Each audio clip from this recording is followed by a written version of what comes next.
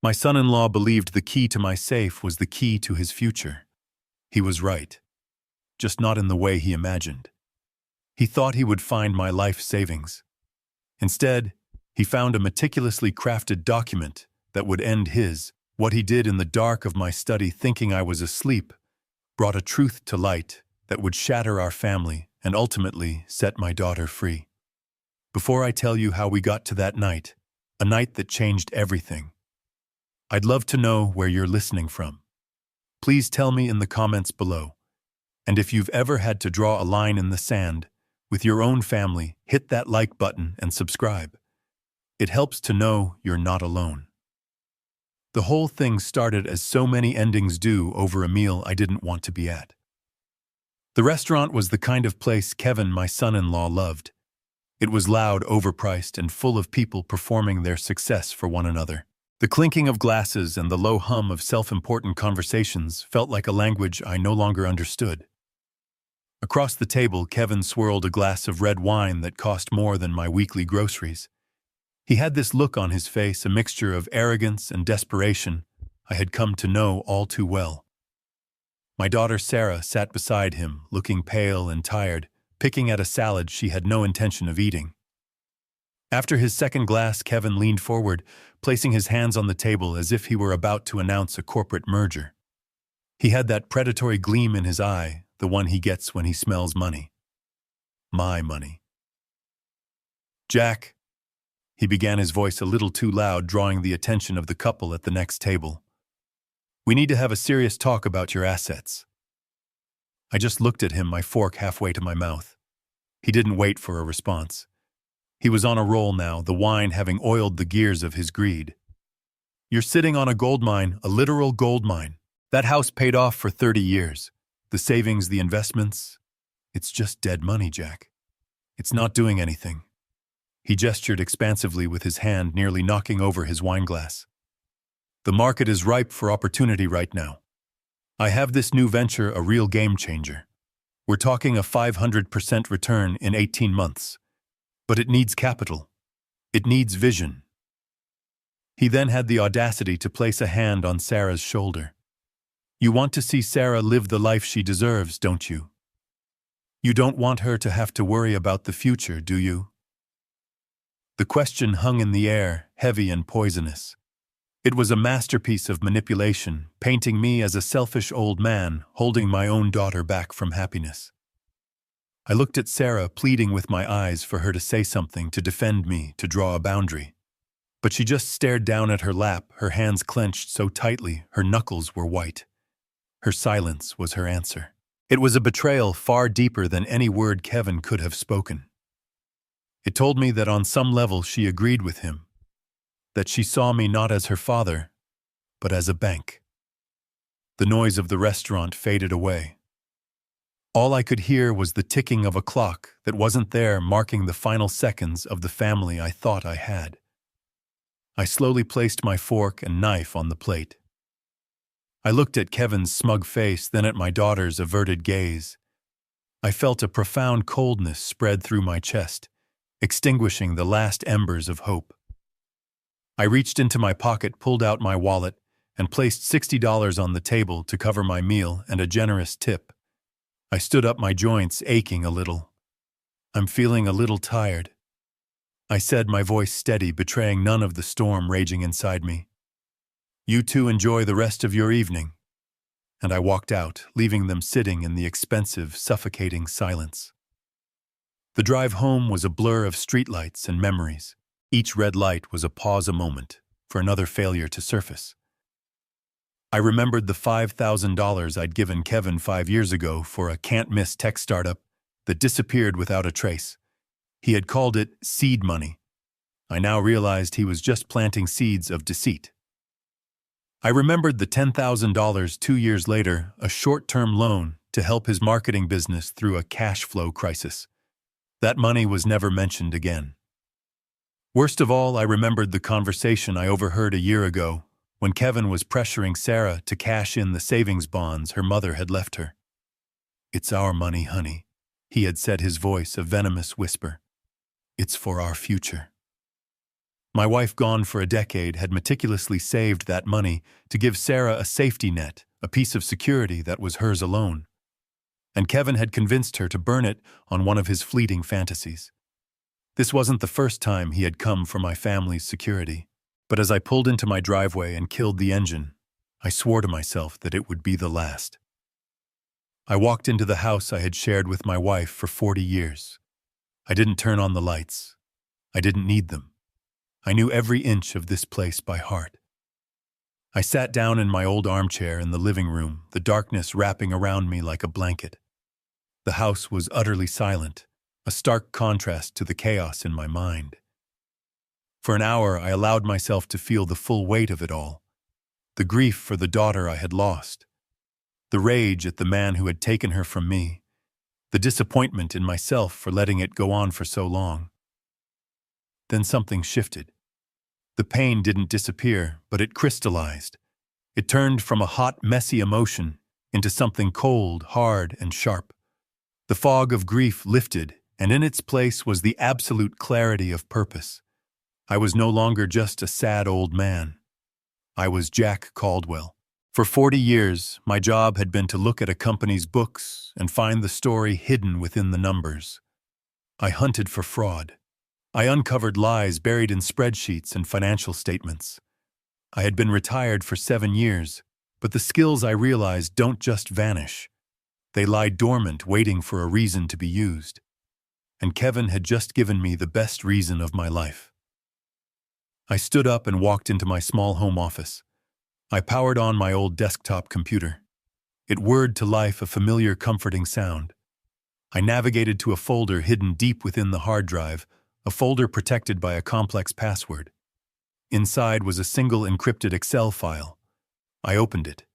It was a personal ledger I had kept for years, a habit from my professional life. I created a new tab at the bottom of the spreadsheet. I didn't label it Kevin or family problem. I labeled it with the precision of my former life. I typed case file Riley Kevin. In the first cell, under a column labeled date, I entered today's date.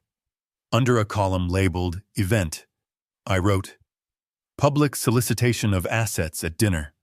S. Caldwell complicit through silence.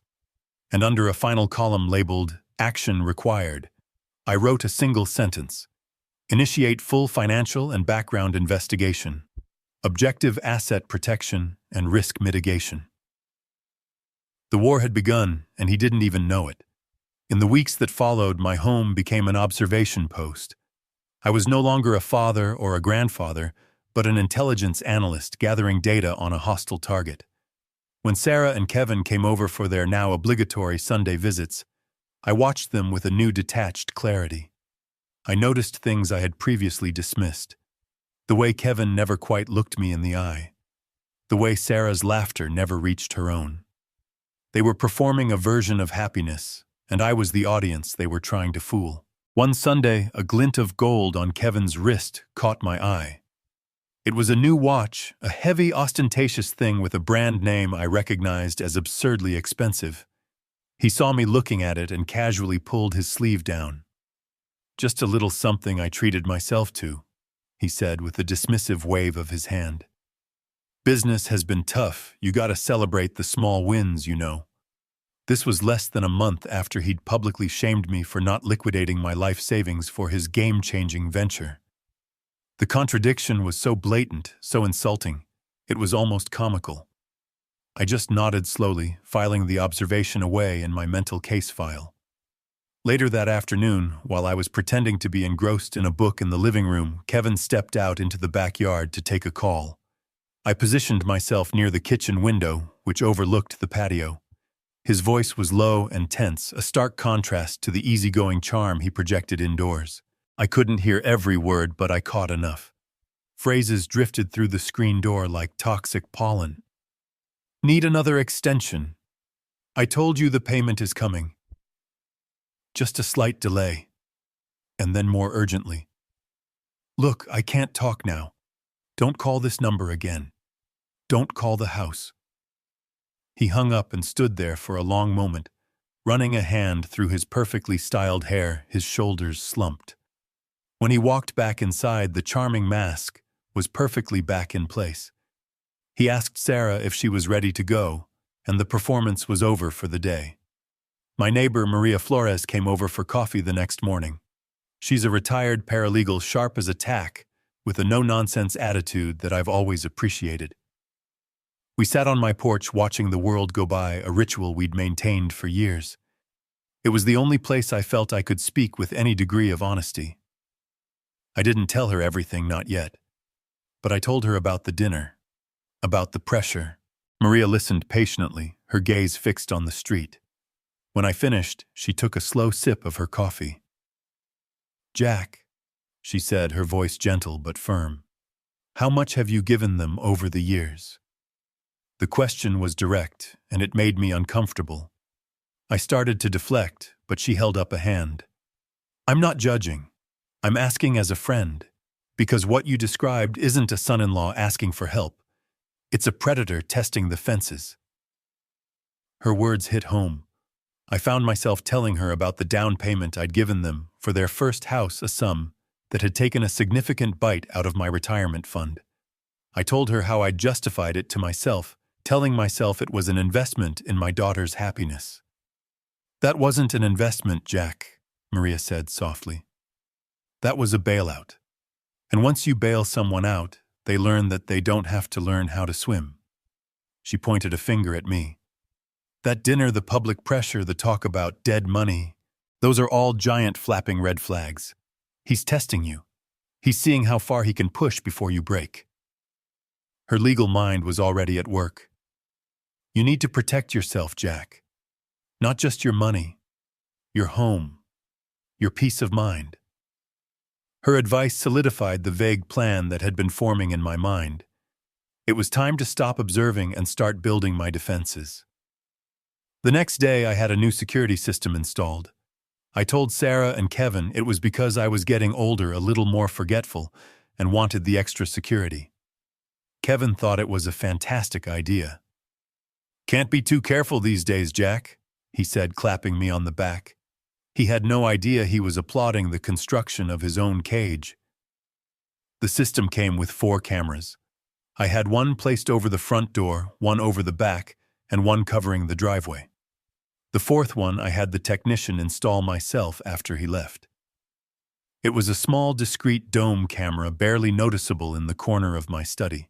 It had a perfect high-definition view of the old steel gray safe that sat in the corner, the safe Kevin believed held the solution to all his problems. The trap was now set.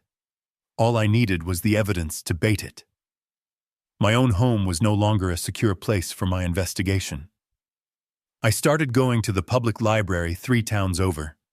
It was anonymous, quiet, and had free high-speed internet. I felt a familiar thrill as I sat down at a carrel in the back, the smell of old books and dust in the air. It was the thrill of the hunt. I was back in my element. I started with public records, the foundation of any financial investigation. I searched for businesses registered under Kevin Riley's name. A list of half a dozen LLCs popped up. On the surface, it looked impressive, like a portfolio of a busy entrepreneur. But I knew better. I cross-referenced the business addresses. One was a P.O. box at a UPS store. 2 others were registered to a single address in Delaware, a notorious haven for shell corporations. The others were linked to virtual office services in different states. There was no brick-and-mortar reality to any of it. They were ghosts created to give the illusion of substance. This was a classic shell game. Next, I moved to the darker corners of the internet. I searched for Kevin's name and the names of his phantom companies on investor forums and watchdog sites. It didn't take long to find what I was looking for. A thread on a small-cap investment forum was titled, "Warning Kevin Riley and Future Vest Scam."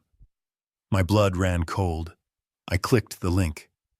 I spent the next 2 hours reading through a litany of heartache and anger. Dozens of people, small-time investors, retirees, people who had been convinced to part with their savings, all telling the same story. Kevin had charmed them with promises of incredible returns from a revolutionary new technology. He had shown them glossy brochures and fake testimonials. He had created a sense of urgency of a once-in-a-lifetime opportunity. Then, after they had wired the money, the communication would become sporadic. The promised updates never came. The website went dark. Kevin Riley, the charismatic visionary, simply vanished, leaving them with nothing but empty promises and even emptier bank accounts. I printed every single post, the pages piled up next to the library computer, a monument to his cruelty. He wasn't just a failed businessman struggling to make it. He was a professional predator who preyed on trust and hope. He wasn't just a danger to my financial security. He was a danger to my daughter, and I had unknowingly invited him into the very heart of my family. I stacked the printed pages into a neat pile, my hands steady. The anger was still there, a cold, hard knot in my stomach. But now it had a companion, absolute, unwavering resolve. I wasn't just building a defense anymore. I was building a case. My own home was no longer a secure place for my investigation. It was a stage, and I was merely an actor on it. The real work, the deep work, had to be done elsewhere. So I began a new routine. 3 times a week, I would drive to the public library in a town 20 miles away, a place where no one knew my face. I felt a familiar thrill as I sat down at a carrel in the back, the smell of old books and dust in the air. It was the thrill of the hunt.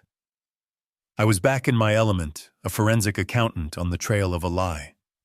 I started with the basics, the digital breadcrumbs that everyone leaves behind. I searched for businesses registered under Kevin Riley's name in the state commerce database. A list of 6 limited liability companies, or LLCs, popped up. On the surface, it looked impressive, like the portfolio of a busy, diversified entrepreneur. But I knew that a company's registration is just its public face. The real story is always in the details. I clicked on the first one, Riley Innovations LLC. The address listed was a mail service in a strip mall. The second, Apex Global Ventures, was registered to a P.O. box at a UPS store. The third and fourth were linked to a single address in Delaware, a notorious haven for anonymous shell corporations. They were ghosts, digital entities created to give the illusion of substance where there was none. This wasn't the footprint of a legitimate businessman. This was the work of a con artist building a house of cards. A man who wanted to look successful without ever creating a single thing of value.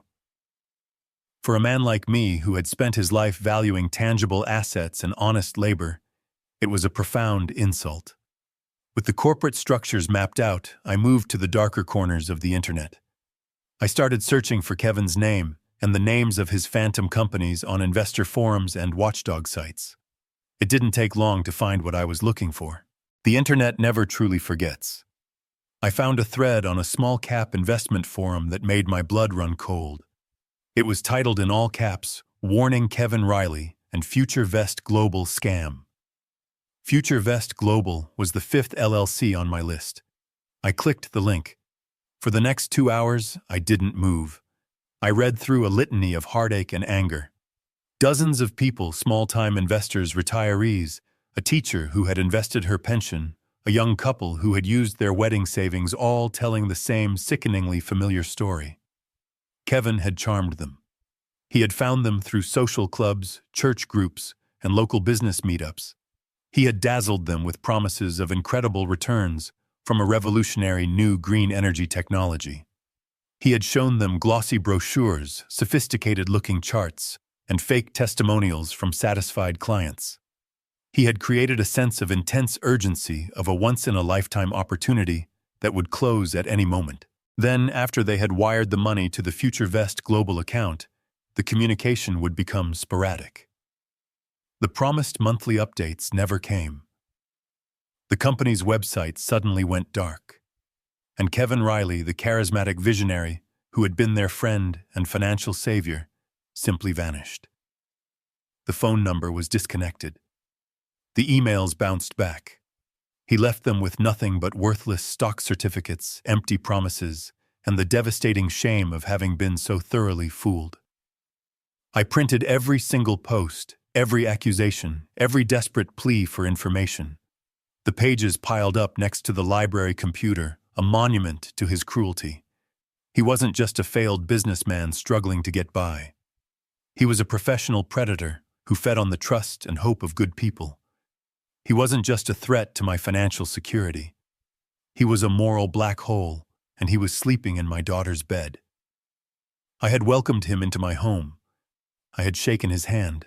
I neatly stacked the printed pages, my hands perfectly steady. The anger was still there. Of course, a cold, hard knot in the pit of my stomach. But it had been refined. It was no longer a messy, emotional reaction. It was a cold, pure fuel. My objective had changed. This was no longer about protecting my assets. This was about justice. It was about honoring the memory of my wife who had always been wary of Kevin. It was about saving my daughter from the man she couldn't see. I wasn't just building a defense anymore. I was building a case. And I would be the most meticulous, relentless prosecutor he had ever faced. The evidence I had gathered at the library felt like a lead weight in my briefcase. It was a collection of raw data, a story of deceit told in screenshots and public filings. But data alone is powerless. To have any real effect, it needed to be shaped into a tool, or better yet, a weapon. And for that, I needed a specialist. Maria had given me a name written on a small, crisp business card. David Sterling, attorney at law. The card said he specialized in estate planning and asset protection. It was exactly what I needed. His office was in an old, respectable brick building downtown, the kind with a heavy oak door that closes with a satisfying thud. The air inside smelled of old paper, lemon polish, and quiet confidence. There were no flashy modern art pieces on the walls, just framed diplomas and shelves of leather-bound legal books that looked like they had been there for a century. It was a room that promised discretion and competence. David Sterling was a man in his late 60s with a calm, observant gaze that missed nothing. He listened without interruption as I laid out my situation. I didn't present the evidence of Kevin's scams just yet. That was for a different phase of the battle. For now, I presented the problem in the driest, most objective terms possible. I told him I had a single heir, my daughter Sarah. I told him I was concerned that her husband, Kevin Riley, was financially reckless and manipulative. My stated goal, I explained, was to ensure that the assets I had spent a lifetime accumulating would be preserved for my daughter's long-term security and protected from the influence and potential claims of her current husband. He nodded slowly, processing the information. "The most straightforward approach, Jack," he said, his voice measured, "is to amend your will. We can structure it to place her inheritance into a testamentary trust that activates upon your passing, with a third-party trustee to manage the funds." I had already thought of that. "That's not enough," I replied, leaning forward. "A will can be contested. After I'm gone, Kevin could try to have Sarah challenge it. He could hire lawyers to claim I wasn't of sound mind, that my daughter unduly influenced me against him. It would become a long, expensive, and ugly fight, and he would drain her inheritance paying the legal fees. I need something more permanent. I need a fortress." A flicker of understanding crossed Sterling's face. He recognized the word. He knew what kind of client I was. I wasn't just planning for death. I was preparing for war. "I see," he said, steepling his fingers. "In that case, we are not talking about a will. We are talking about an irrevocable trust." He explained it to me, though I already knew the basics. It was a separate legal entity. I would transfer my assets, the house, the investment portfolio, the savings, into the ownership of the trust. I would no longer own them directly. The trust would. I could be the trustee for as long as I lived managing the assets, but they would be legally insulated, shielded from any future claims, creditors, or lawsuits. They would be beyond Kevin's reach now and forever. It was exactly the fortress I needed. "The trust will have one beneficiary," I stated. "My daughter Sarah." "And the terms of distribution?" Sterling asked, pulling a notepad closer. This was the moment. This was the keystone of the entire structure. The trust will provide for her basic needs and any medical emergencies throughout her life managed by a corporate trustee after I'm gone. I said, my voice as steady as a surgeon's hand. However, the full principle of the trust, the entire inheritance, will only be distributed to her outright under one specific condition. I paused, meeting his gaze. That she is no longer legally married to Kevin Riley, either through his death or through a dissolution of their marriage. Sterling's pen stopped moving. He looked at me over the top of his glasses. The professional calm in his eyes was replaced by a flicker of human curiosity. This was more than just asset protection. This was personal. That's a very specific and very restrictive condition, Jack. A court might see it as punitive. Are you certain? I leaned back in the reassuring weight of the leather chair and let out a breath I hadn't realized I was holding. David, I said, using his first name for the first time. Let me tell you about my wife, Carolyn. I told him how when Sarah first brought Kevin home 20 years ago, Carolyn had been polite, charming even. But later that night, after he had left, she and I were sitting on the porch swing. I remembered the scent of her night-blooming jasmine in the air. She was quiet for a long time, and then she said something I never forgot. There's a hunger in that young man's eyes, she'd whispered. And it's not for our daughter. It's for what he thinks our daughter can give him. I had dismissed it at the time as a mother's overprotectiveness. I had seen a charismatic, ambitious young man. She had seen a predator.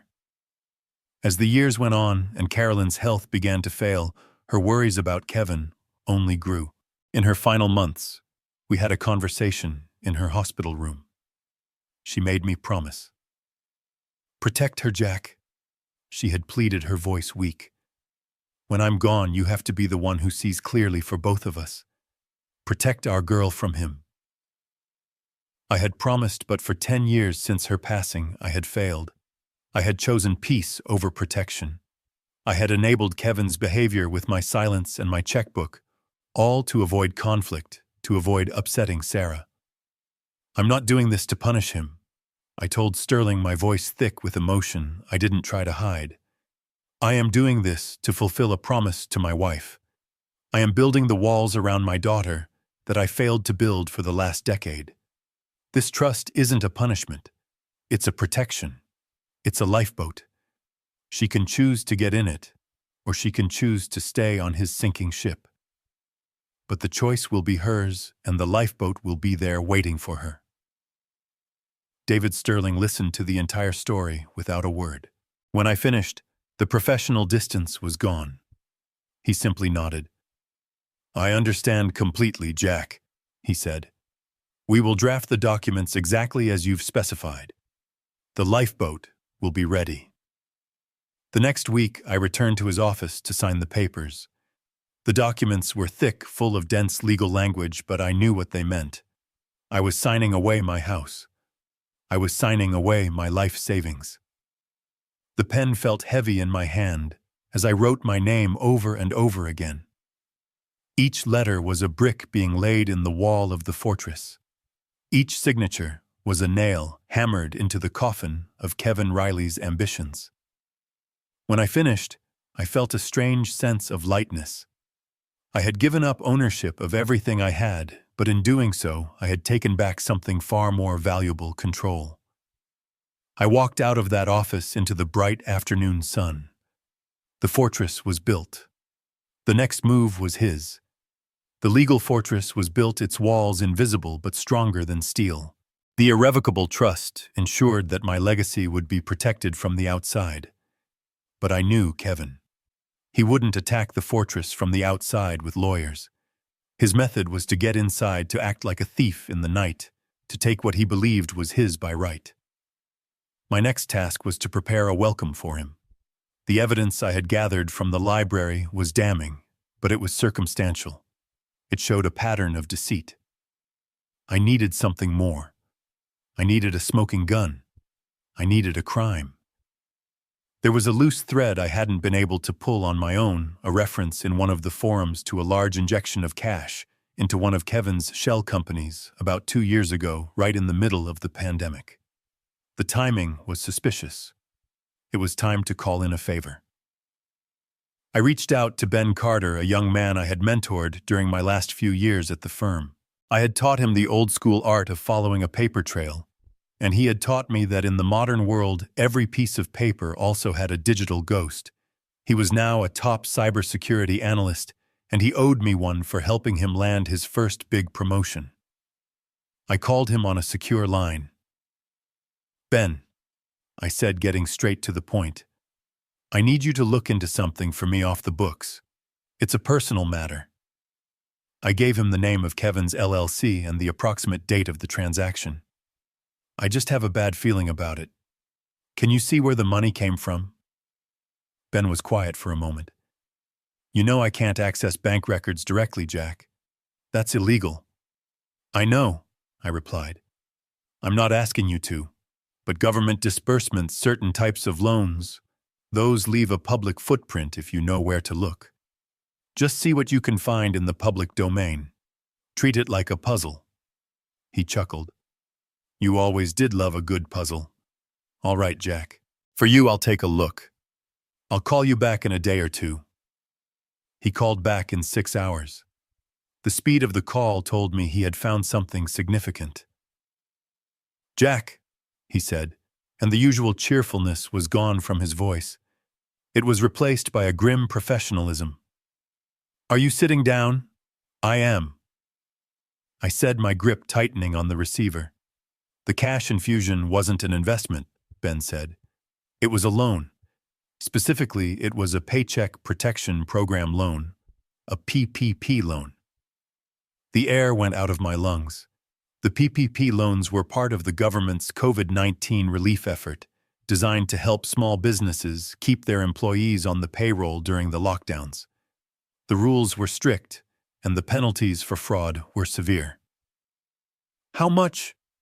I asked, my voice barely a whisper.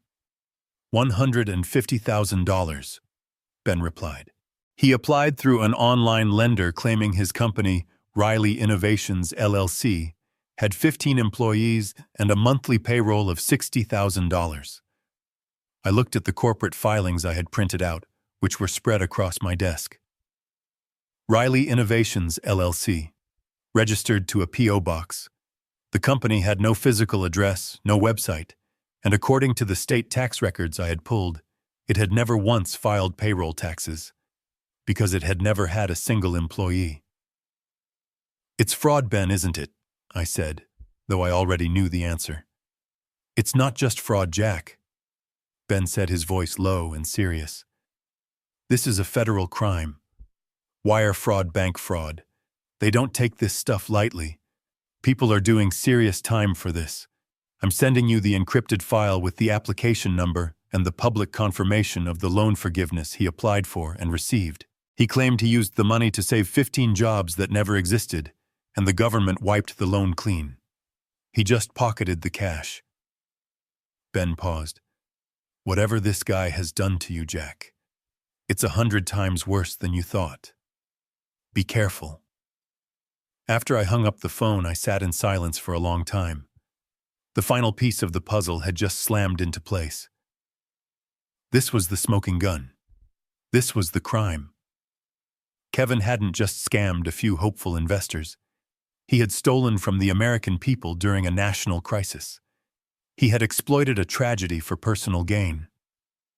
Any lingering shred of sympathy I might have had for him, any thought that he was just a desperate man making bad choices, evaporated in that moment. Then I went to work.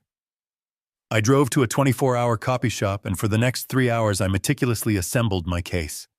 I printed Ben's findings, the hard proof of the fraudulent PPP loan application and its forgiveness. I printed the corporate registration documents for all 6 of his shell companies. I printed every single post from the investor forums highlighting Kevin's name each time it appeared.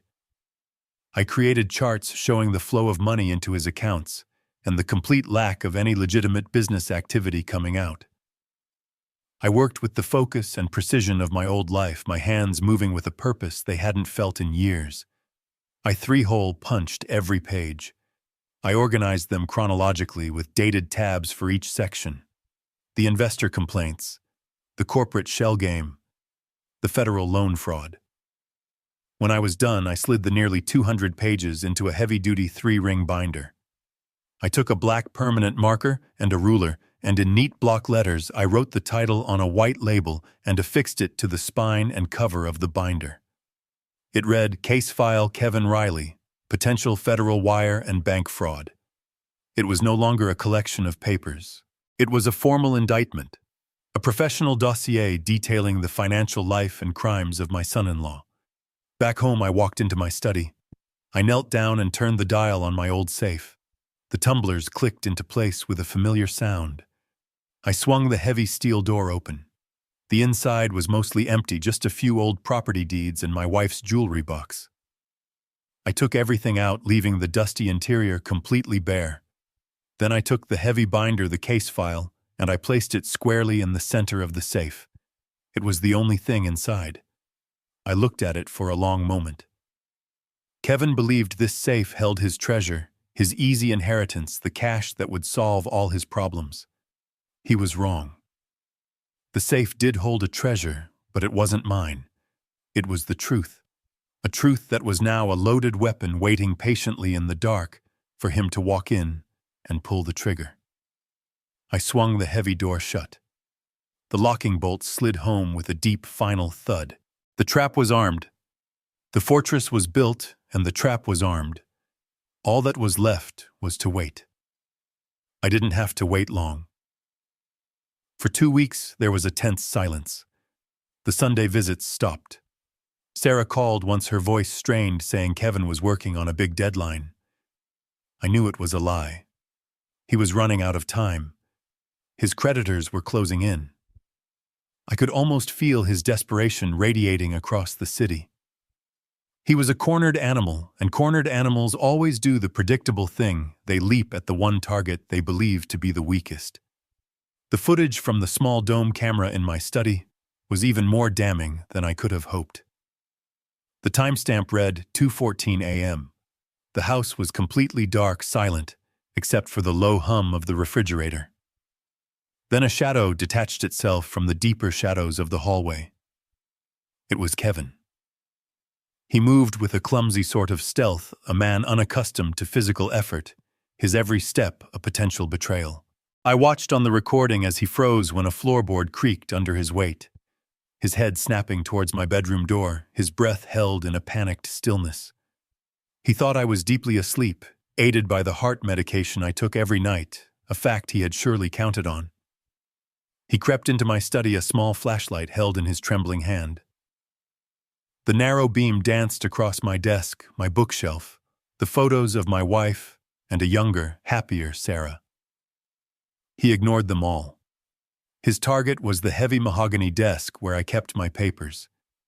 He knelt down, his movements slow and deliberate, and gently pulled on the handle of the top left drawer. He knew exactly where I kept the spare key to the safe. He had watched me open it a dozen times. The drawer slid open with a soft, woody sigh.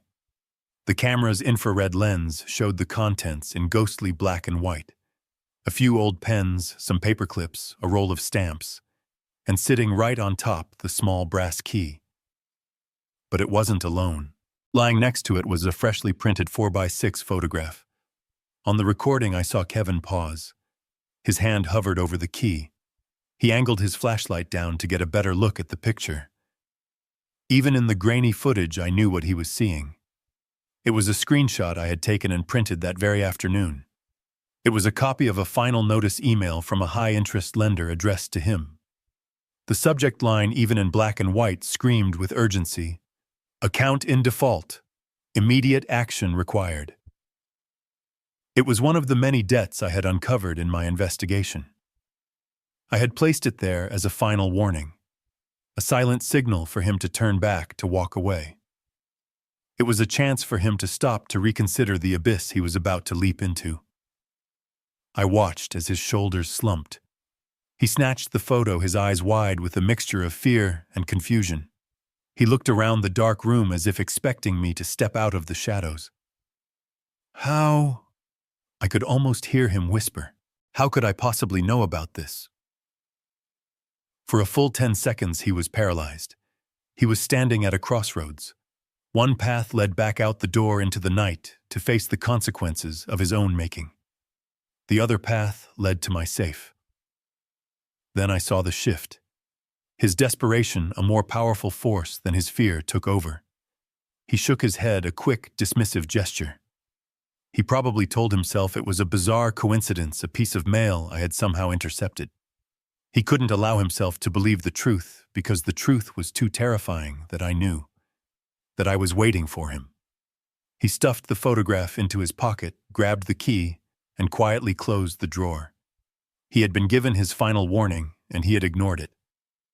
He stood up and turned towards the old steel safe in the corner. He had made his choice. On the security footage, I watched him approach the safe like a man approaching an altar. He knelt, his movements clumsy with a combination of greed and fear. He inserted the brass key into the lock. It made a scraping sound in the silent room, a sound that seemed to echo with the finality of his decision. He turned the key, and the locking mechanism disengaged with a heavy, satisfying clunk. He pulled on the handle, and the thick steel door groaned open, its hinges protesting after years of disuse. This was the moment his entire desperate plan had been leading up to. He aimed the thin, shaky beam of his phone's flashlight into the dark interior. And then he froze. I could see the confusion on his face, even in the grainy infrared image. He was expecting stacks of $100 bills, maybe old savings bonds, gold coins, the stereotypical hoard of a distrustful old man. He expected a treasure. Instead, the flashlight beam illuminated nothing but empty gray steel, and sitting alone in the very center, a single thick 3-ring binder. He reached in hesitantly, his fingers brushing against the plain plastic cover as if he feared it might burn him. He pulled it out. It was heavier than he expected. He angled the light onto the cover, his brow furrowed. I watched the exact moment his brain processed the words on the label, the words I had so carefully printed. Case file Kevin Riley. The color drained from his face. It was a visible physical reaction, like a switch being flipped. He went from a greedy thief to a terrified child in a single heartbeat. His hands trembled as he opened the binder. He didn't start at the beginning. He ripped through the pages frantically, his breath coming in ragged, shallow gasps. The camera couldn't see the pages, but I knew what he was seeing. He was seeing his own face staring back at him from copies of his driver's license. He was seeing his own signature, a confident, arrogant scrawl on the bottom of the fraudulent PPP loan application. He was seeing the printed-out furious words of the investors he had scammed, their accusations and threats compiled and cataloged. He was seeing the intricate web of lies he had spent years weaving, all of it untangled, laid bare, and presented to him as a formal indictment under the single pathetic beam of his phone's flashlight. He sank back on his heels, the open binder resting on his lap like a tombstone. He looked utterly, hopelessly defeated. That was my cue. I had been standing in the darkened hallway just outside the study door, my own phone in my hand, recording. I stepped into the doorway, my old slippers making no sound on the hardwood floor. He was so consumed by his horror that he didn't even notice me too. "Find what you were looking for, Kevin," I asked. My voice was quiet, conversational, but it sliced through the silence of the room like a razor blade. He screamed a short, strangled yelp of pure terror and scrambled backward, dropping the binder. The pages spilled across the floor in a cascade of white. His flashlight clattered to the ground, its beam now pointing at the ceiling, casting wild, dancing shadows across the room. He stared at me, his eyes wide in the gloom, his mouth opening and closing, like a fish pulled from water. He saw the phone in my hand. He saw the small, malevolent red light in the corner of the screen, the light that told him this moment was being captured, that it was real and undeniable. Jack, he stammered, his mind racing for an excuse for any lie that could possibly fit the insanity of this moment. He pushed himself up, trying to regain some semblance of composure. "I thought I heard a noise," he blurted out, the words tumbling over each other. "I was worried about you. I came to check, and I saw the safe was open. I was just making sure everything was all right." It was a pathetic lie, so flimsy and transparent that it was in itself a profound insult. A cold fury, pure and harder than anything I had ever felt, rose up in me. I took a slow step into the room. "Don't," I said, and the single word cut him off instantly.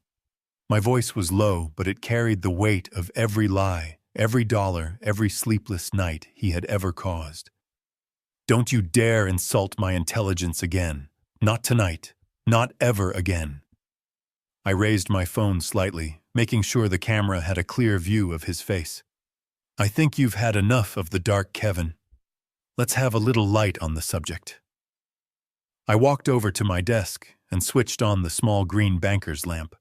A warm, focused pool of light illuminated the mess on the floor, the scattered pages of his indictment. He flinched, as if the light itself was an accusation. He stood there, cornered between the empty safe and the evidence of his crimes. "You weren't checking on my safety," I continued, my voice calm, methodical, the voice of an auditor presenting his findings. "You were here to steal from me. You believe that safe contained my life savings. You believe you have a right to it. You believe I am a foolish old man you can manipulate and discard." I let the words hang in the air for a moment. "You are wrong on all counts." I gestured with my phone towards the papers on the floor. "That is what the safe contained. Not my treasure. Yours. The full accounting of your life, Kevin."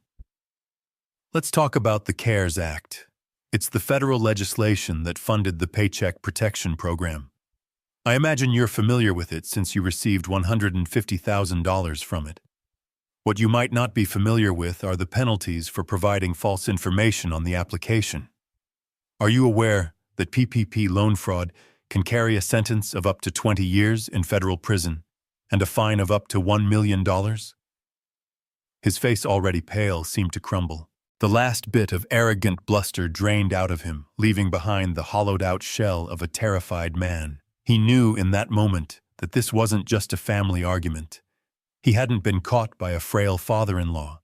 He had been caught by an expert, and he had just walked willingly into a perfectly constructed, inescapable trap. For a long moment, the only sound in the room was Kevin's ragged breathing. I saw a sequence of emotions play across his face. The initial shock gave way to a dawning, bottomless horror. But underneath that, as he realized that every escape route had been sealed, a new emotion began to curdle, pure animalistic rage.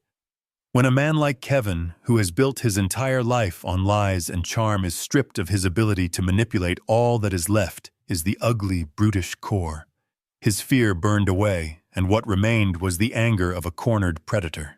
His eyes narrowed. His shoulders tensed, and he lowered himself into a slight crouch, like a wolf preparing to spring.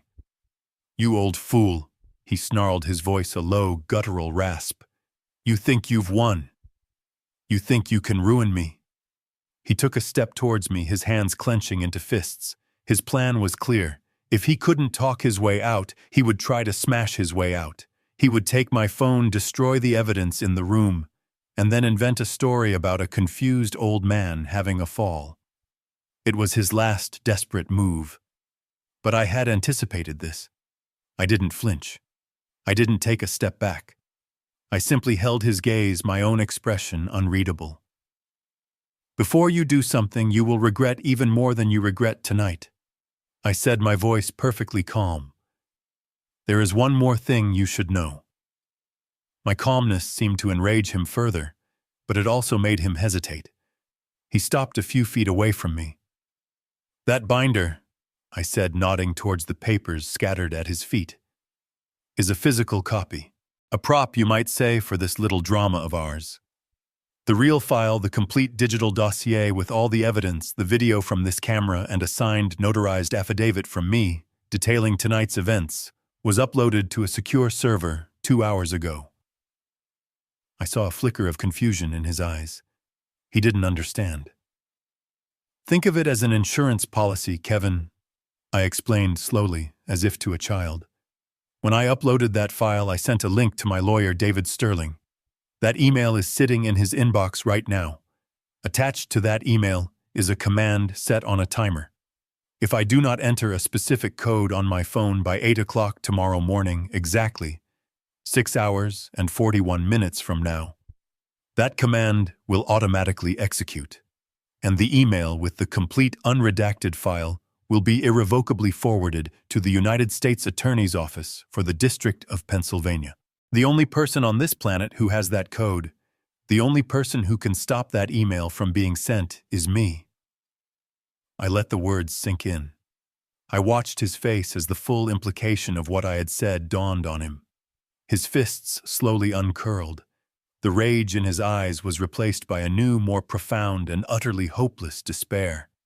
His physical threat was meaningless. If he laid a hand on me, if he so much as bruised my arm, he would be ensuring that the email would be sent. He would be punching his own ticket to a federal penitentiary. I had taken his last move off the board. Checkmate.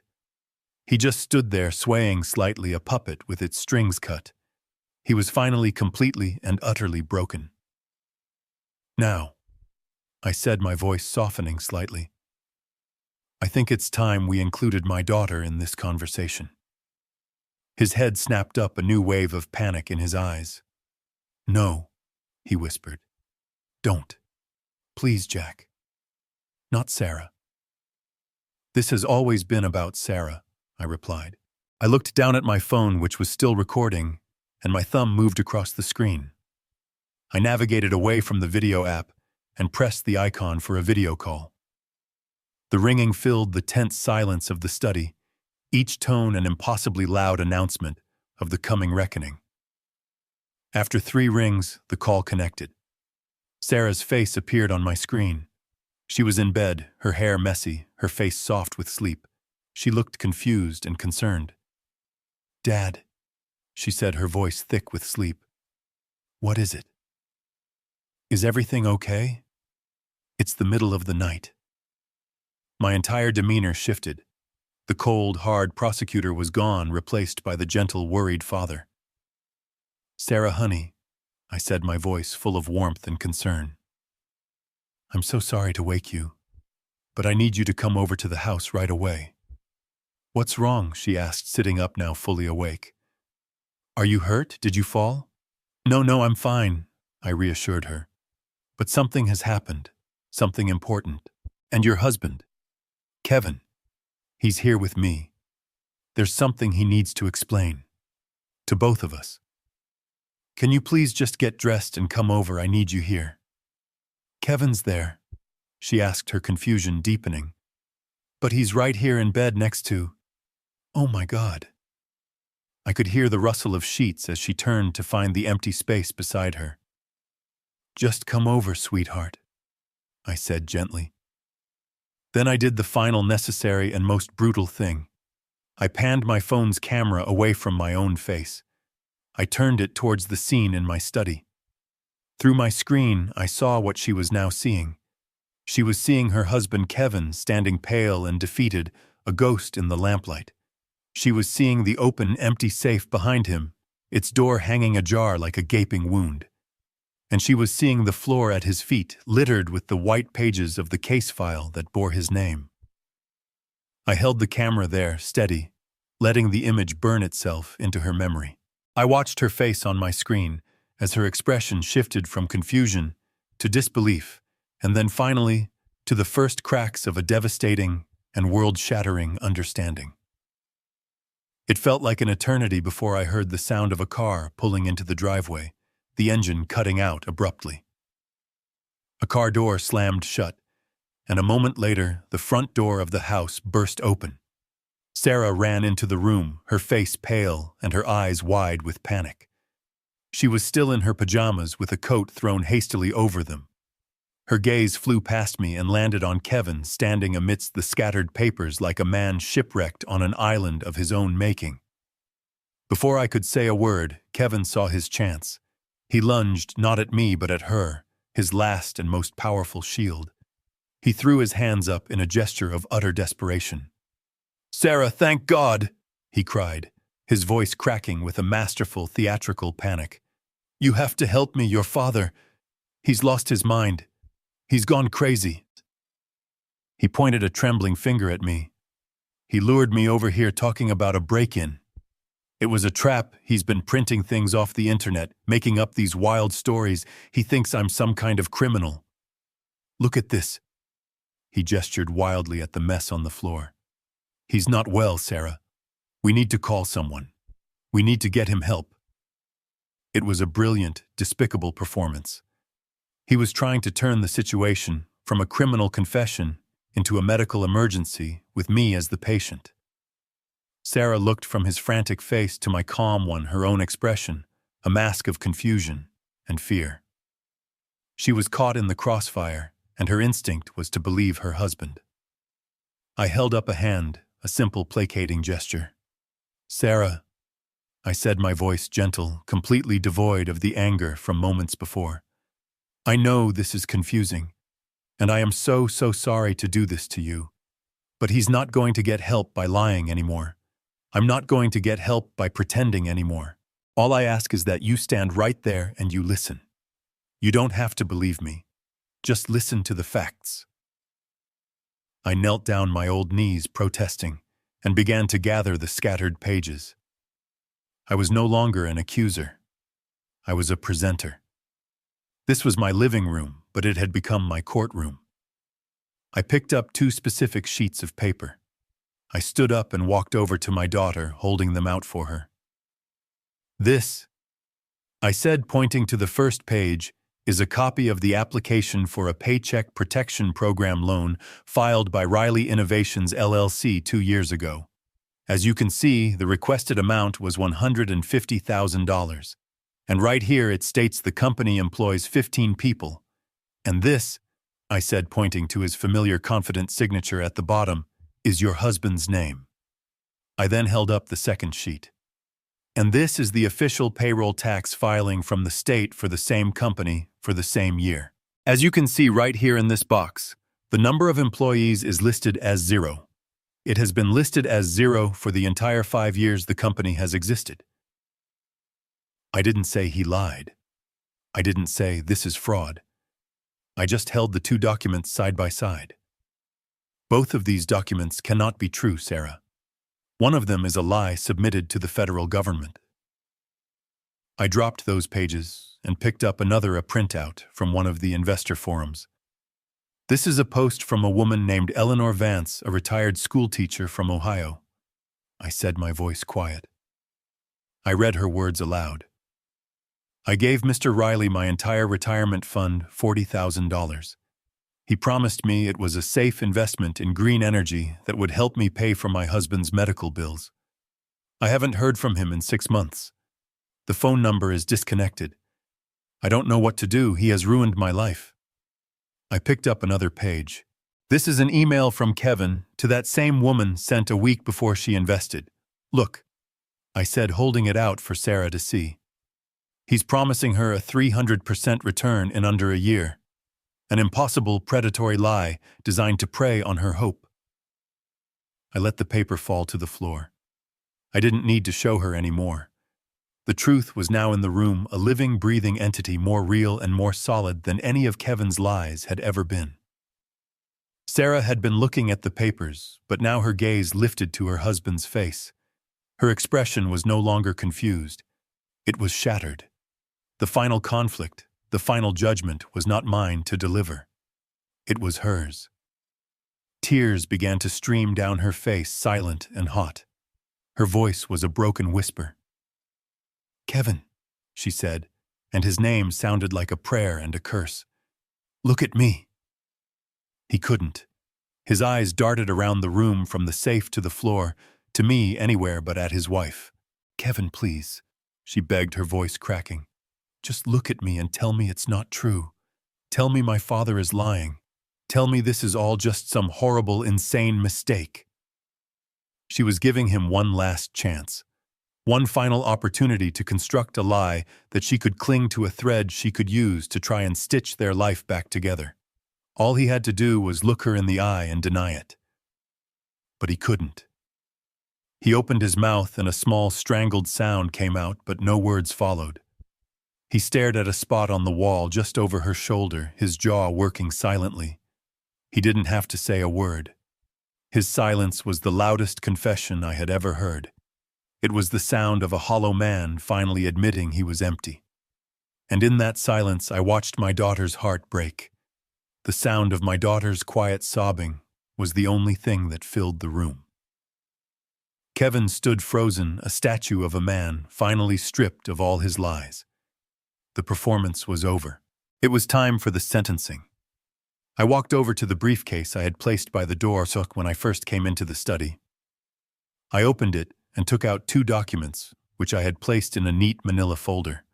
I walked to the coffee table in the center of the living room, a space where we had shared so many family moments, so many carefully constructed lies. I placed the 2 documents on the polished wood surface side by side. Then I placed a black fountain pen neatly on top of them.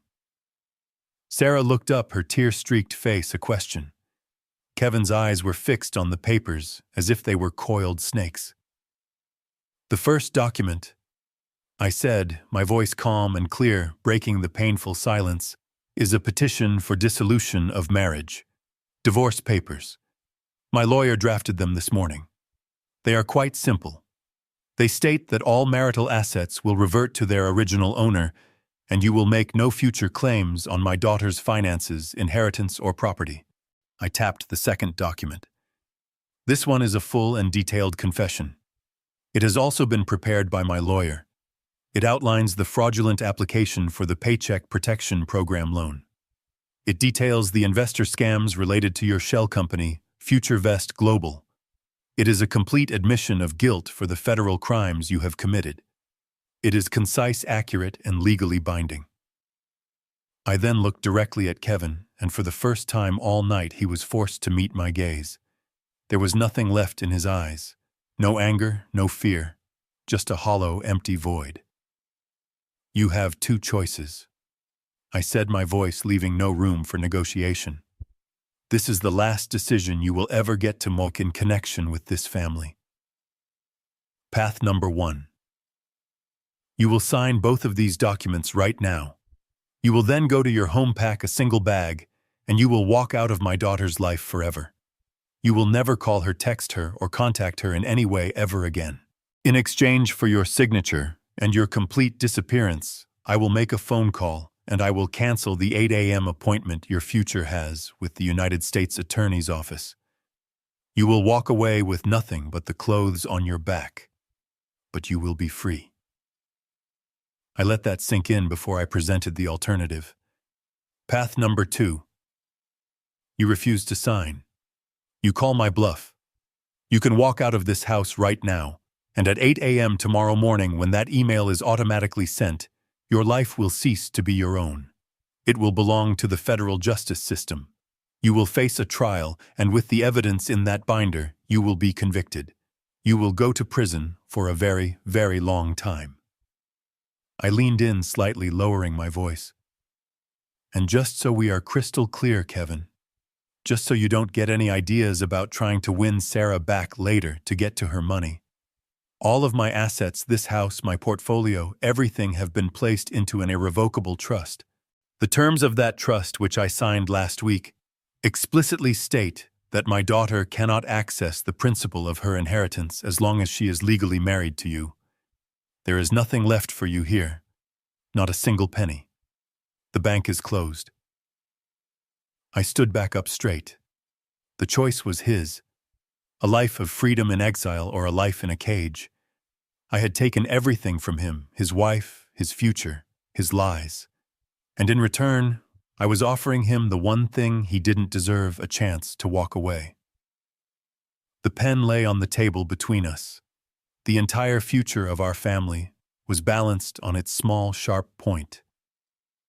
Kevin took the pen. In the crushing silence of the room, the only sound was the scratching of his signature, first on the confession, then on the divorce papers. He did not look at Sarah. He did not look at me. He placed the pen back on the table, turned, and walked out of the house without a word. I made the call, and the 8 a.m. email was canceled. Just like that, like a ghost in the night, he was gone.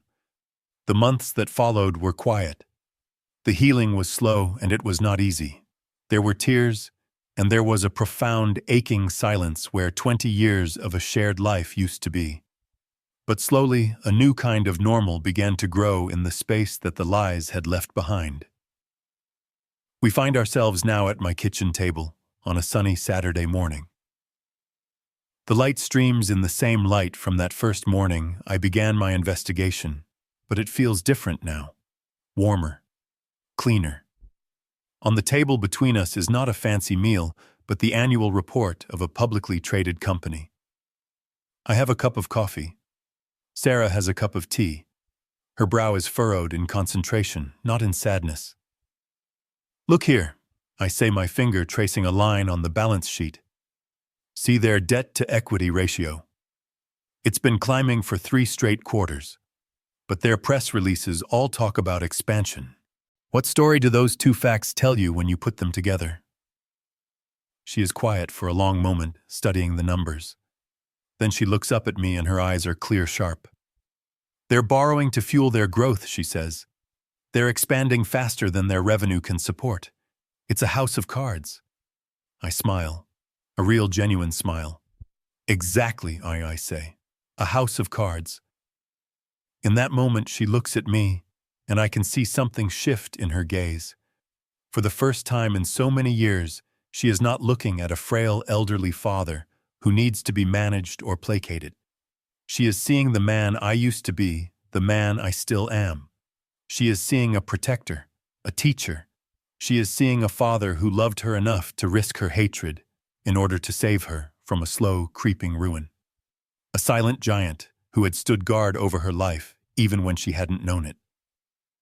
Her own smile is small and a little sad, but it is real, and it is a new beginning. I spent my entire life searching for the truth in columns of numbers, in ledgers, and in balance sheets. I believed that if you could just make the numbers add up, you could understand the world. But on that long, terrible night, I learned that the most important truth isn't found in a case file. It's found in the freedom of someone you love. My safe wasn't empty after all. It never was.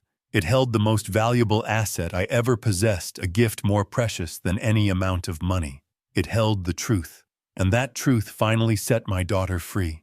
This story teaches a powerful lesson. True protection for those we love often demands that we create the very conflict we have spent years trying to avoid. Jack's desire for peace allowed a web of deceit to grow, but his decision to seek the truth, no matter how painful, was his greatest act of fatherly love. He proved that the most valuable inheritance isn't money held in a trust, but wisdom and self-reliance shared across a kitchen table. Ultimately, the story shows that real strength is the courage to present a difficult truth that empowers others to find their own freedom. Share with us in the comments, what do you believe is the most powerful lesson a parent can pass on to their children?